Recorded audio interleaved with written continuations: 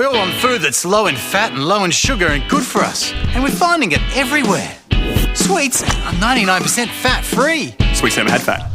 Chips have no artificial colours or flavours. Just heaps of other bad shit. And if you're looking for something that's low in sugar and a good source of protein and dietary fibre, try these pork crackles. It's practically a health food. Crackling. I'm sorry, sir, but you have diabetes. Diabetes is low sugar, high protein crackling.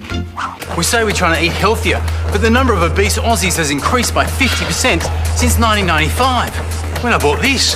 Why is it so? Good question, black and white guy. Maybe it's because companies use packaging to make unhealthy products seem healthier. In the olden days, manufacturers had more freedom with what they said about their products. Cigarettes protect your throat. Radium gives you sex power. Unfortunately, sir, you have cancer of the everything. But on the plus side, your sex power is off the charts. Today, the Food Standards Code is supposed to prevent dodgy claims. Terms like low fat, source of fibre, and light are meant to mean something, but they can still be misleading. It all depends what you're comparing it with. This light ham has the same amount of everything as this regular ham. And this light, 25% less fat corned beef, has the same amount of fat as this one. The good news is the code says when a product makes a comparative claim like this, it's got to show what food it's been compared to. So it's worth checking the fine print. This high bran Weet Bix has twice the fibre per serve of regular Weet Bix, but only if you eat more of it. The bad news is that we tend to rely on the health claims on the front of the box and not turn around to the real nutritional information on the back. So you can sit down to a bowl of high fibre cereal with milk, no added sugar juice, and this low-fat yogurt, and that healthy sounding breakfast has you well on the way to 3/4 of your recommended daily intake of sugar. And remember that those daily intake percentages are based on the average adult. How many adults do you know who have Fruit Loops for breakfast? But it's a good source of loops. The Food Standards Code also lists over 200 pre-approved general health claims that products can use.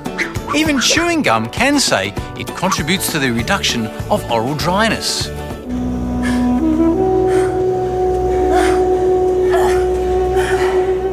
Gum. The claims on these products sound great, but they're largely irrelevant. Unless you're actually deficient in vitamins and minerals, and most Australians aren't, you're unlikely to notice any benefits. But they do help enrich the companies that sell them. And while the Food Standards Code covers specific claims, you can still throw vague, healthy-sounding words on the pack and hope that people don't realise they're meaningless. Like Enliven Juice, for revitalising green goodness. This man's green goodness levels are crashing. Get me 50 cc's of Enliven. Product names are even less reliable. Fresh, natural, pure and healthy are often used when naming a food, but there's no nutrition test when trademarking a name.